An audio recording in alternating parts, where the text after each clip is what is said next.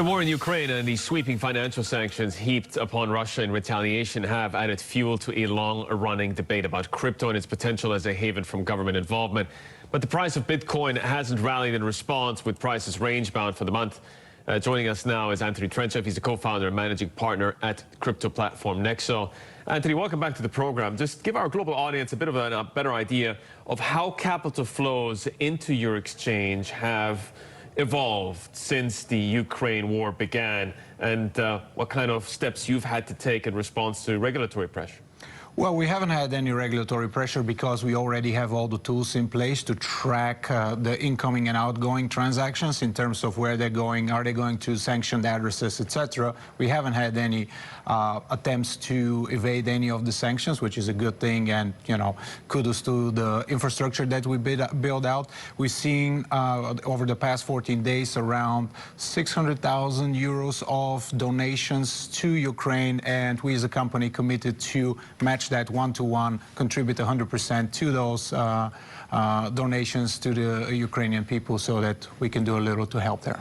Antoni, it's good to have you in Dubai and in the studio. In terms of, Mike Novogratz was with us last week, and his point, which was there's a great deal has been written about cryptocurrencies, Bitcoin being used as a modus operandi to avoid sanctions and a flow of money. Now, Mike was very clear. He said there's so much regulation that's not a realistic probability or possibility. Talk us through your thinking in terms of crypto and its potential use to avoid sanctions. Right. Well, two things. It cannot be done on a large scale. The volumes are not significant enough to service the oligarchs or the Russian Federation, for that matter. They need much more liquid markets if they were to hide, and that is, quite frankly, at the current levels, impossible. And then secondly, the tools that we have in place to track the transactions, and every sizable actor, including Nexo, we are abiding by the sanctions by the US and the West in general. I mean, Bitcoin at the moment is down about 1%, just around $41,000. It appears we've been stuck in this range for quite a while. What is it going to take for not just Bitcoin? It appears like the wider crypto space and sort of some of the bigger ones like Ethereum and Solana to break out of that range? Well, we have been range bound between 35 and 45, and I think a significant breakout above 45 will solidify my prediction that we're going to reach 100,000 by mid this year, so by the end of June, and I'm sticking to that. Bitcoin has been known to outperform significantly when you least expect it.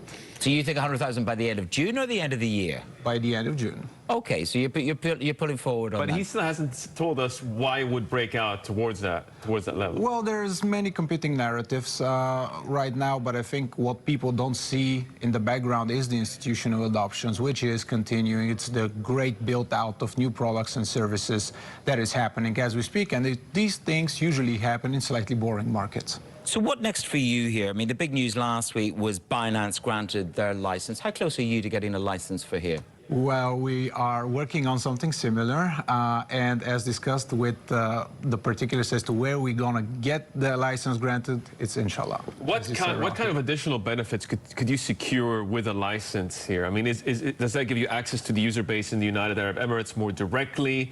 Does that open up the region for you? What kind of benefits are you kind of eyeing with a license? All of the above. We have already a great presence and a great number of clients from the United Arab Emirates, but with solidifying a regulatory regime out of which to operate in a manner that is comfortable for the government as well would be a huge benefit to developing us and establishing us in the UAE as a hub for the entire region. How big can the infrastructure, I mean, look, if Binance come, if you come, and by all accounts there is a huge community of developers who work from anywhere and they're migrating here. What is it that's drawing you to expand here? How big can the business become for you here in the region?